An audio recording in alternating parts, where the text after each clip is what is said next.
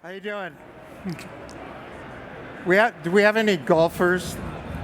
Anybody who plays golf, likes golf? Good. I have a good golf story.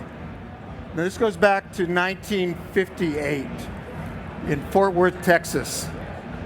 There was the championship for the Blind Golfers Association had their award ceremony for the best blind golfer. And there was a guy, his name was Charlie Boswell. He was the national champion blind golfer.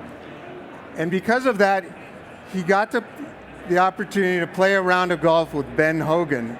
Ben Hogan was the premier golfer of that era, like Arnold Palmer, Jack Nicklaus, Tiger Woods, that kind of level. So Charlie was very thrilled to meet them, and because this was his idol. But Charlie lost his sight during World War II. He was a really good athlete, played football, played baseball, and then during World War II, he tried to save one of his comrades in a tank that was burning, and a shell blew up, and he lost his sight. So he didn't know what to do. He came back, he took up golf, had never done it before. So he gets to meet the best golfer of that era and gets to play with them. And Ben Hogan was in awe of him because he could play blind. So Charlie said, hey, how about if we play for money? And Ben, go like, wait, I'm like the best golfer in the world. I can't play for money for you. That's not you. It's unfair. You're blind. And Charlie is undeterred. He says, $1,000 a hole. And Ben's like, I can't play golf. No, that would be unfair. So Charlie says, are you chicken? Now Ben is very competitive. He said, no, I'm not chicken. Okay, you want me to play? I'll play. No, I'm not going to hold back. I'm going to play hard. He goes, I would expect that from you. So Charlie says, or Ben says to Charlie, okay, what time? He goes, tonight at 10. So this is an example how the playing field can be evened out. Now, if you switch to another sport, football. So in football, who has the advantage? The offense or the defense, right? The offense obviously has the advantage, right? The quarterback gets the play, calls it in the huddle, comes to the line, he sees what the defense is set, he figures out, what am I going to do? The defense has to guess. It's first down, maybe they're going to run. It's third down, maybe they're going to pass. But maybe they're going to fake them out. Are they going to pass? They're going to hand off. They're going to fake the handoff, pass, run around. There's so many things that could be done. So we want to say, how can we even out the field? How can we get into the minds of the attackers and make that playing field level, just like Charlie was able to level it out with the world's greatest golfer? So I'm going to pass it over to Memo here, and he's going to talk about what our new deception technology does. Thank you, Rick. Well, now let's focus our attention to the attackers, okay? Just like Rick was mentioning. When we are defending our systems, sometimes we focus and have our attention into designing defense strategies, right? And we focus on the attacks, but not on the attackers. And by doing this, we can overlook something super important. The attackers are just humans like everyone in this room, right? Humans with a brain that works in the same way than us. This is very important. Understanding this is key to implement defense strategies much more efficient, right? We want to influence their decision-making of the attackers to protect our systems. Sorry. But how can we influence the decision-making processes of our attackers? To answer this, let me introduce these two concepts of behavioral science, nudge and sludge. Both are ways of describing how to influence the decision-making, okay? But in opposite ways. On this side, we have nudge, which is influencing in a positive way, okay? Let's say make it easier, make it more simple. Like here we have a password strength meter to help the user create a strong password. This is a very simple example. Or on the bottom part, we have a reminder of an application to just do your daily exercise. This is an example of nudge. And on the other hand, we have slush. We have slush, which is to make the process more complicated, to add steps, add complexity, add friction. This is an example of slush. And here on the center, we have a CAPTCHA. A CAPTCHA has good intentions, right? It's to block the bad actors. But sometimes the CAPTCHAs add friction, complexity. The legitimate users, sometimes they see this as additional steps and end up just giving up and going elsewhere. This is an example of sludge. And we can think in many examples, like I'm sure here everyone has experienced the subscription services on the internet. It's always super easy to subscribe. It's just one click away. What happens when you want to cancel? There are several steps. Sometimes you get an offer, 1 free month. Don't cancel. Just extend 3 months more. This is a very common example of sludge and nudge. And in the case of the attackers, we want to use sludge for good. We want to add friction, right?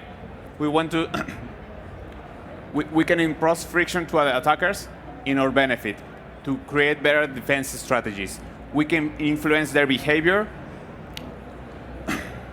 and decision making with sludge.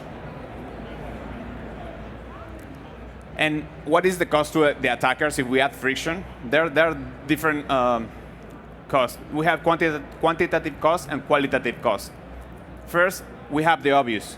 If we add friction into the process, if we make the process more difficult to the attackers, we have everything that costs money and effort. We have this quantitative cost, all the foregone opportunities. But there's also the qualitative cost, and we have reputational. If we make them fail, the attackers, they will lose credibility. It will be harder to recruit. It will be more difficult to get new clients. And also we have informational cost, which it refers to the effort that the attackers put to get more information about the next targets. If we add invaluable information, we create more cost to them. And finally, and this is the reason of the title of this presentation, is the psychological cost. If we add frustration, shame, and confusion to the attackers by making the process more difficult, by adding friction, we add this cost. Now let's see how at Fastly we are using sludge for good. And this is with deception. Deception has been used over the course of history in many contexts, especially in warfare. That's why we have here the Trojan horse, which the Greeks used against the Trojans to win the war. In cybersecurity, we all know about the concept of honeypot, which is a way to deceive the attackers to get more information about their tactics. Okay? In the nature, we also have many examples, like animals changing their appearance to hunt their prey or protect against the predators. Deception is not playing dirty. Deception is about leveraging what we know about our enemy tactics in our benefit. Okay, this is deception. And now Rick is going to explain you how Fastly is introducing deception into our cybersecurity products.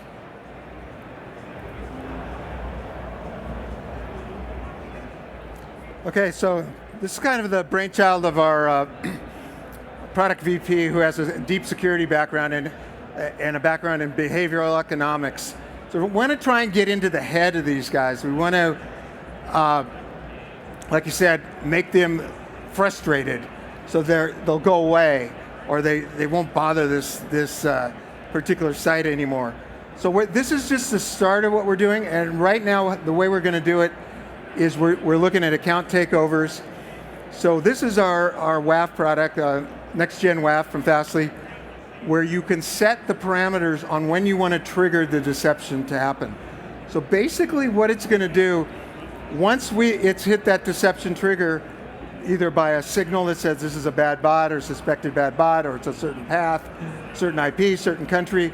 All that is open and configurable, so you can decide the trigger point when you want it to start deceiving.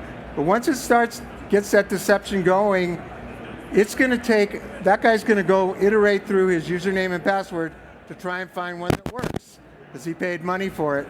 So we're going to make all of them bad. So if he has a good username and password, we're going to scramble it, send it back to the origin, and it'll say, that's bad. It's a wrong username and password, you'll see. So everyone will start seeing like that, and he won't get any feedback on what's wrong. See, if we just blocked it, he blocked me. Maybe he rate limited me. Okay, I logged in more than 10 times a minute, and they'll go down to 9. Oh, I tried this path, maybe I'll try another path, something like that. In this case, he doesn't know what's going on. So we're effectively blocking him and frustrating him. So what makes this more important is, as I just mentioned, when he's under attack and he gets the signal, he can retool. He sees, okay, that's the offense, or that's the defense you have in place. I know how to get around that. I could go this way or that way. But here he doesn't know. He thinks he has a bad list. He doesn't know what they're doing. Now again, as Momo mentioned, honeypots have been around for a while. The problem is they're typically a separate infrastructure. So you have your production, then you have your honeypot. You got to keep them in sync. You got to keep them exact. You got to run 2 instances. It'd be costly, a lot of engineering work. It could be worth it, but it's a lot of effort. In this case, the genius here is we put it right in line. It's right in line with your normal WAF workflow, and we can take those triggers, and again, instead of blocking, we're just scrambling the password and the username and sending back, hey, that was a bad one, but we're not blocking them. So it's easy to put it in and out and tune it without having to create all this other infrastructure, which is costly and difficult to maintain. So as I mentioned, this is a start. We're doing it with account takeover, and we plan on expanding it, putting it into other areas, API and other types of attack vectors that we're going to make it look deceptive in different ways.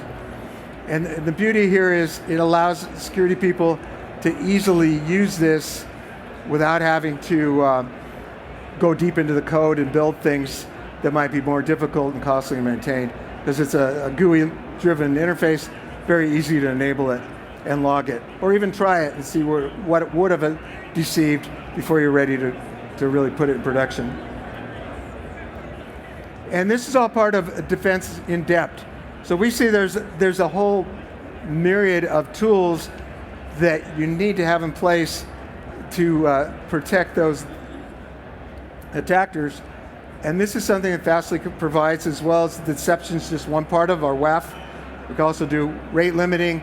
We have DDoS on the front end, which can intelligently detect DDoS attacks and block them. And then we're secured down by design deep inside our CDN and our WAF. We make sure all the code, everything there is secure. And you have this whole defensive depth. It's all logged. It's all API driven. It all is driven by Terraform. It's very easy to roll it forward, roll it back, and manage it and iterate on it. So, again, we want to even the playing field, like I mentioned with Charlie in the golf, and try and fool those attackers before they can do their damage. Thank you.